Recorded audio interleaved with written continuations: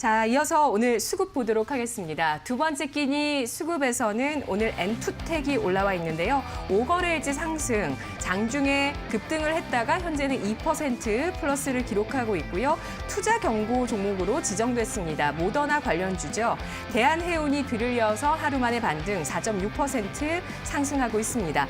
해상운임 계속해서 올라가고 있는데요. 지난 13일 기준으로 상하이 컨테이너 운임지수가 2009년 이후에 사상 최대를 기록했습니다. 영화금속이 하루 만에 반등 7% 플러스 기록하고 있는데요. 가덕도 신공항 관련주로 떠오릅니다. 어제 가덕도 신공항 관련주는 장중에 김해공항이 백지화되자 차익 실현이 나오다가 다시 한번 오늘 또 급등세를 펼칩니다. 어떤 종목을 보는 게 좋을까요? 요새 해운주 굉장히 좋잖아요. 대한해운 한번 좀 봐야 될 텐데요. 우선 대한해운 같은 경우뿐만 아니라 해운 업종은 전체적으로 지금 시장 대비해서 강한 어떤 그 수익을 지금 보여주고 있는 현재 상태이고요. 말씀하셨다시피 이 SCFI 그 상하이 컨테이너 운임지수 대표적인 국제 그 해운 운임 지수라고 볼 수 있겠는데 이 부분이 사상 최고가를 기록하면서 이 해운주뿐만 아니라 조선업종 같은 경우에도 내년에 대한 어떤 장밋빛 미래에 대한 부분이 계속해서 지금 제시가 되고 있는 상태이고요.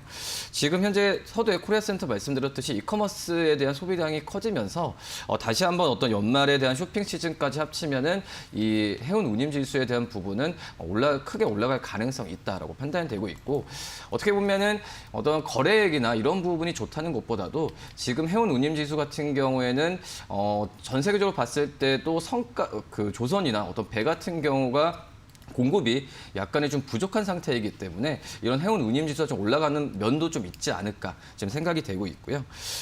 우선 그렇기 때문에 이 컨테이너선 공급에 대해서 어떻게 보면은 지금 그 공급에 비해 지금 수요가 지금 크게 좀 올라가고 있는 상황이기 때문에 이 해운 운임 지수 이런 단기적인 어떤 수요와 공급에 의해서 올라간다고 하더라도 해운 운임 지수에 대한 부분에 있어서는 이 해운 업체들한테 실적에 상당히 도움을 될 수 있을 만한 그런 현재 상황이지 않을까 지금 판단이 되고 있고요.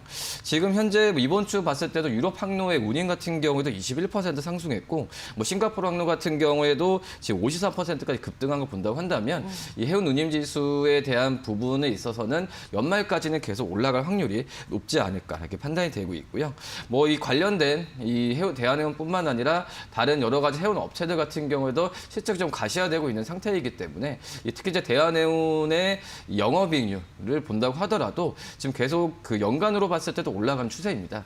지금 2018년에 10.51%, 2019년에 12.81%, 또 2020년에는 상반기까지 15.67% 보여주고 있기 때문에 이 해운 업종 안에서도 이 대한해운을 좀 관심 있게 봐도 괜찮지 않을까 지금 판단이 되고 있고요. 역시 대한해운 같은 경우에는 철광석이나 천연가스 같은 해상 화물에 대한 어떤 이 원자재 쪽으로의 지금 탱커선 이런 쪽에서 강점을 보이고 있는 상황이기 때문에 네. 우선 대한해운은 지금 현재 해운 업종에서는 가장 큰 좀 관심 있게 봐야 될 종목이지 않을까 이렇게 보입니다. 네. 전방 산업을 그런 소비 쪽뿐만 아니라 산업 생산 쪽까지 확대를 시킬 수 있는 그런 종목이 되겠습니다. 연말 소비 시즌을 앞두고 보복 소비에 대한 기대가 있었는데 일단 10월에 미국과 중국의 소매 판매 지표는 약간은 저조한 모습을 보여줍니다. 간밤에 미국의 하락의 요인이기도 했고요. 그런데 10월 중국의 산업 생산 같은 경우는 또 굉장히 예상치보다 좋은 모습을 보여주면서 10월에 6.9% 7개월째 증가세였는데요. 이 같은 철광석 등을 또 운반하는 대한해운 기대감 많이 말씀해 주셨는데 몇 등급 주시겠어요?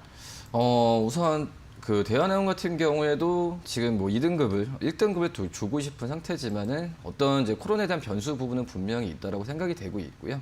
지금 현재 대한해운 같은 경우에 어떤 그 중국 뿐만 아니라 전 세계적 인프라 투자가 확대된다고 한다면은 이 대한해운에 대한 실적에 대한 기대감은 점점 더 커질 것으로 판단이 되고 있는데 네. 코로나가 아무리 심하다고 하더라도 제가 봤을 땐 바이든 대통령의 어떤 자유무역주의를 본다고 한다면 인프라에 대한 투자 부분은 계속 일어날 가능성이 있기 때문에 이 대한해운에 대한 어떤 영업이익률 제가 15%를 좀 말씀드렸는데 이 15% 이상은 계속 유지될 확률이 높지 않을까 좀 이렇게 보입니다.